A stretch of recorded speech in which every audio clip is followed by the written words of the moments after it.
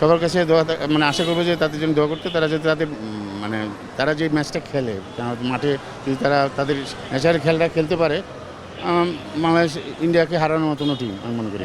না, প্রথম লক্ষ্য তো মানে ম্যাচ টু ম্যাচ খেলে তারপরে আমরা ফাইনালে যাওয়ার চেষ্টা করবো, বাট একটা ম্যাচ করে করে আগাবো।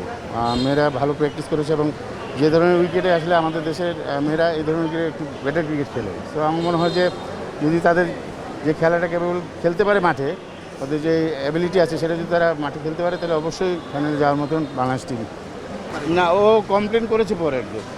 তো যার ধরুন লাস্টে ডিসিশন নিতে হয়েছে যে এমআরআই করবে, এমআরআই রিপোর্ট আসছে যে আপনার টায়ার টু, তো রেস্ট নিতে হবে। তো আগে যদি কমপ্লেন করতো তাহলে একটা কথা ছিল।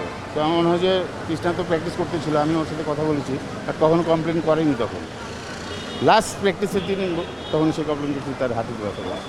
তো মনে হয় আগের ইঞ্জুরি ছিল, সেটা লাস্ট প্র্যাকটিসে এসে বেড়েছে।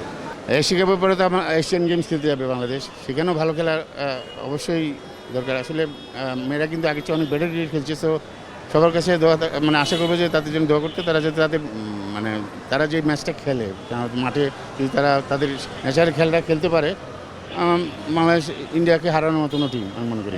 আসলে আমি আবারও বলবো, তারা খুবই ভালো প্লেয়ার, বাট মাঠে আসলে ওদের মেন্টালিটি কীভাবে কাজ করে সেটার উপর ডিপেন্ড করছে। ওরা যদি স্ট্রং থাকে, তাদের যদি তাদের ন্যাচারাল খেলা খেলতে পারে, গোল নিয়ে আসতে পারবে বাংলাদেশ, আমি আশা করি। Thank you.